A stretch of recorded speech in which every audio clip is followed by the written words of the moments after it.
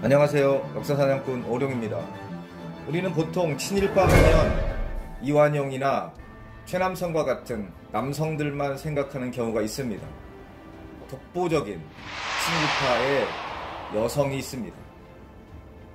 그의 이름은 배정자.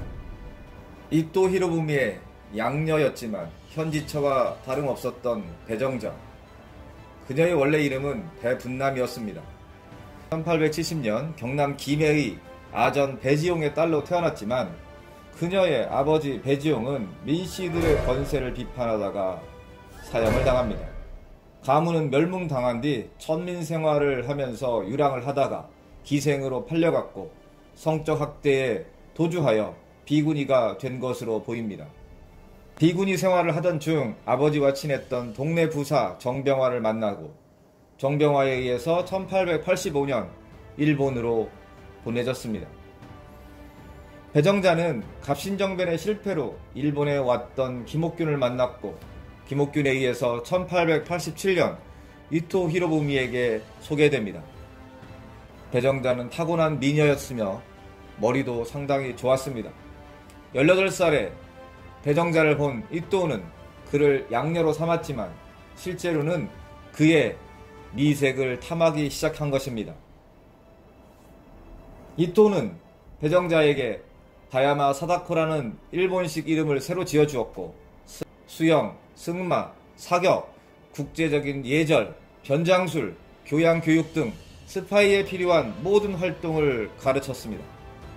이러한 교육을 받고 1894년 조선으로 온 배정자는 하야시 공사에 통역이 됩니다. 이로 인해 고종에게도 접근을 시작했죠. 고종의 총애를 받았던 배정자는 오빠와 남동생까지도 한성 판윤의 고위 관직에 오를 수 있도록 권력을 휘두르기 시작했습니다. 1905년 을사늑약 때 고종 퇴위 압력을 행사한 것은 물론 대신들이었던 을사오적이라고 할 수 있지만 그 뒤 배후에는 이토와 배정자도 분명 존재했습니다. 1909년 이토는 안중근 의사에게 하얼빈에서 사살됩니다. 또한 국권이 피탈된 1910년부터 배정자가 조선에서 할 일은 거의 사라졌습니다. 이때부터 그녀는 만주로 가서 독립운동가 체포를 위한 일본군 스파이로 활동을 시작합니다. 만주 지역의 항일 독립운동군들이 배정자를 처단 1순위로 지정하자 그녀는 신변의 위협을 느껴 다시 조선으로 돌아오죠. 이때부터 그녀는 상해와 만주, 조선, 일본을 다니면서 1927년까지 이때 그녀의 나이 58세였습니다. 일본을 위한 스파이 활동을 계속합니다. 그 대가로 총독부는 그녀에게 토지를 주고 해방이 될 때까지 매월 급여를 지급하죠. 배정자는 이토가 죽은 후에 여러 번의 결혼을 합니다. 그 중에 한 명이 현영훈이란 자였는데 친일파였던 현영훈과 딸 하나를 낳고 이혼했습니다.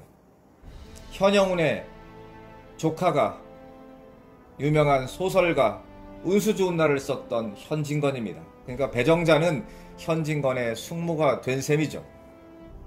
그 후에 현영훈의 친구이고 친일파로 일본 육사 출신이었던 박영철과도 결혼했지만 다시 이혼합니다.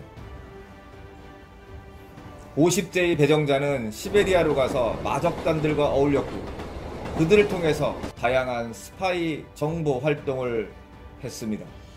배정자와 현영훈 사이에 태어난 딸이 현송자입니다.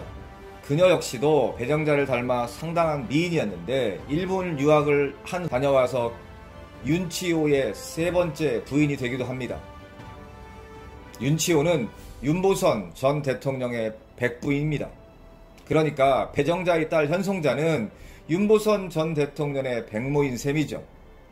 1940년대 70이 넘은 배정자는 식민지 조선에서 일본군 의안부 모집에 누구보다도 앞장섭니다.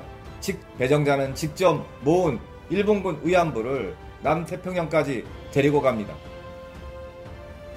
배정자는 총독부의 뜻에 따라 조선 여인들을 일본군 의문대를 조직했고 일본군의 성노예 의안부에 앞장서서 참여한 인물입니다. 1949년 반민특위에 체포되었지만 반민특위가 해산되고 그녀도 석방됩니다. 한국전쟁의 와중에 1952년 83세의 나이로 죽었습니다. 드라마 각시탈에서 한채아가 나왔던 역할이 배정자를 모티브로 한 것입니다.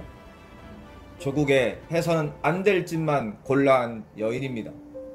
쓸쓸하게 죽어간 그녀의 죽음에 어떠한 연민도 가질 수 없습니다.